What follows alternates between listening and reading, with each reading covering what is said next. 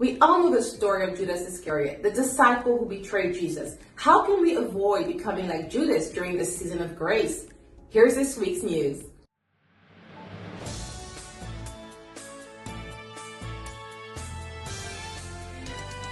Judas was a disciple of Jesus Christ like any other.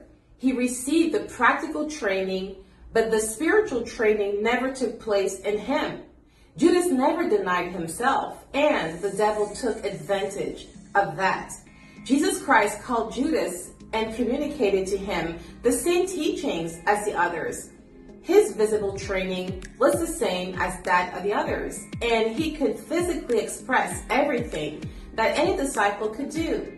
You can read it in Matthew 10, 1-7. And in this passage, we see that he could cast out unclean spirits, heal diseases, etc. But his inability to deny himself will detract his heart from spiritual training, and the devil will later come to inspire him.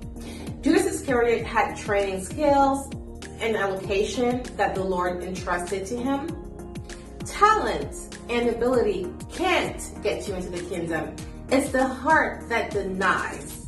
The absence of renouncement will cause a person to function like the society, forgetting that in the society, those in charge have the say in its evolution.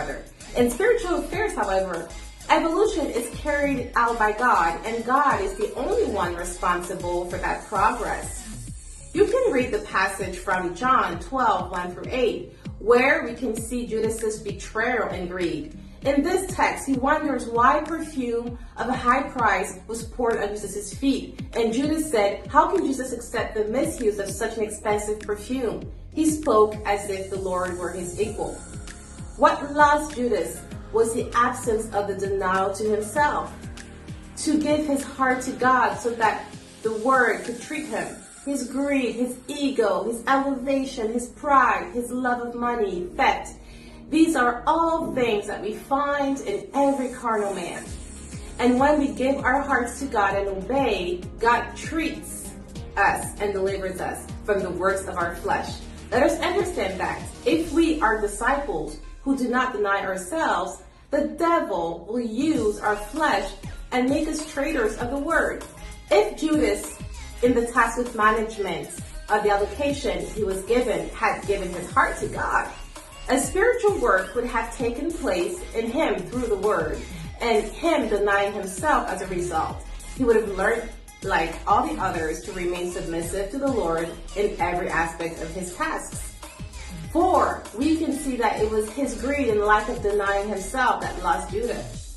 Let us realize, brothers and sisters, with this example for us during this time of grace, the importance of denying oneself and following Jesus Christ, as Matthew 16:24 tells us, so as not to end up like Judas Iscariot.